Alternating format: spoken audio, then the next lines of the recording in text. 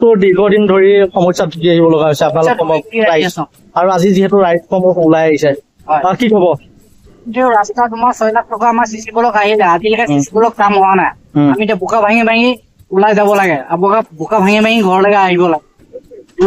school যোৱা অসুবিধা ল'ৰা-ছোৱালী স্কুল যাব নোৱাৰে বৰষুণ পৰিলে যাব নোৱাৰে চাইকেল লৈ যাব নোৱাৰে আমি ঘৰৰ পৰা ওলাই চেণ্ডেল হাতলৈ ওলাই যাব লাগে ক'ৰবাত যাবলগীয়া হ'লে কিমান দিনৰ পৰা এই ৰাস্তাটো এনেকেই আছে সেইটো ৰাস্তা তোমাৰ আজি 4-5 বছৰ মানৰ এনেকেই আছে আমাৰ তাৰপিছত কি ৰাস্তা আহিছিলে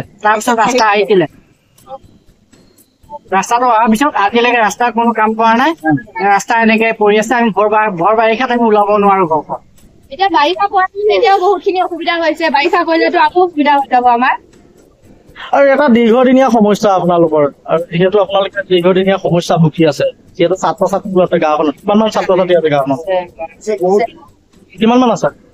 40-40 ল'ৰা-ছোৱালী আছে এই গাঁওখনৰ নামটো টকুনাবুৰী আৰু চুবুৰী এটা চুবুৰী হয়তো হাতীমূৰ চুবুৰী আৰু হাতীমূৰ চুবুৰীত কিমানমান মানুহ এতিয়া বৰ্তমান আছে 9 নম্বৰ ৱাৰ্ডৰ 9 নম্বৰ ৱাৰ্ডৰ হয় কিন্তু মানুহ আমি আছো 340 মানুহ আছো 9 নম্বৰ ৱাৰ্ড হয় মানে 300 ওপৰত আছে আৰু 300 ওপৰত আৰু এতিয়া চৰকাৰলৈ কি আহ্বান জনাব চৰকাৰলৈ আহ্বান এটাই আমাৰ ৰাস্তাটো আমাক ক্লিয়াৰ কৰি দিব লাগে আমাৰ আহ্বান এইটো আমি বাৰিষাত ওলালে ওলাব নোৱাৰো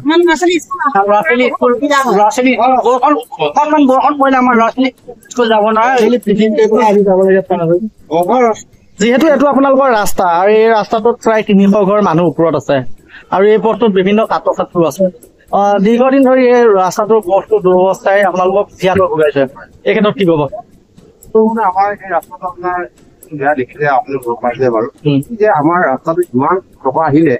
এখন চাইনবোৰ্ড মাৰিলে তাত আপোনাৰ 4,78,000 টকা এখন চাইনবোৰ্ড মাৰিলে 4,78,000 টকাৰ পৰা সিহঁতে 78 টকাৰো কাম নকৰিলে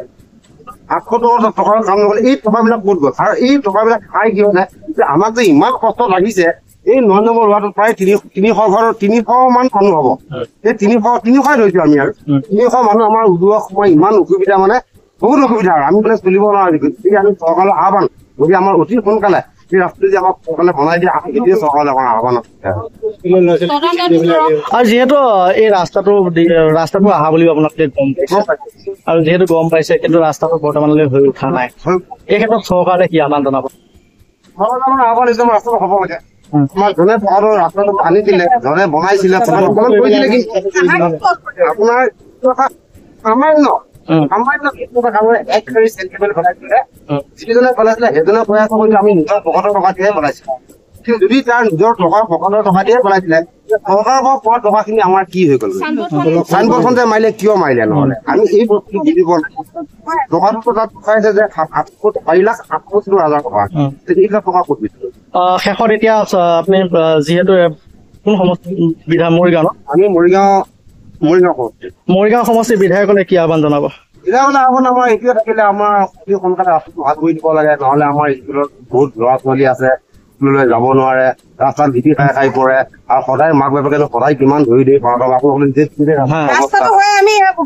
গতিকে আমাৰ চৰকাৰলৈ বা মৰিগাঁও বিধায়কলে আমাৰ এটাই আহ্বান থাকিলে আমাৰ অতি সোনকালে আমাৰ ৰাস্তাটো ক্লিয়াৰ হৈ যাব লাগে আমাৰ ব্লক ৰাস্তা হৈ যাব লাগে আমাৰ এইটো মিকিগাঁও পঞ্চায়ত এতিয়া আমাৰ মিকিগাঁও পঞ্চায়ত নহয় এতিয়া আমাৰ কিছু অংশ আমাৰ বৰবিয়া পঞ্চায়ত 9 নম্বৰ ৱাৰ্ডটো আমাৰ এতিয়া বৰবিয়া পঞ্চায়ত লৈ গৈছে আগতে মিকিগাঁও আছিলে এতিয়া আমাৰ বৰবিয়ালৈ গুচি গৈছে গাঁওখনৰ নামটো আমাৰ এই চুবুৰীটো আমাৰ হাতীমূৰ ৱাৰ্ড 9 নম্বৰ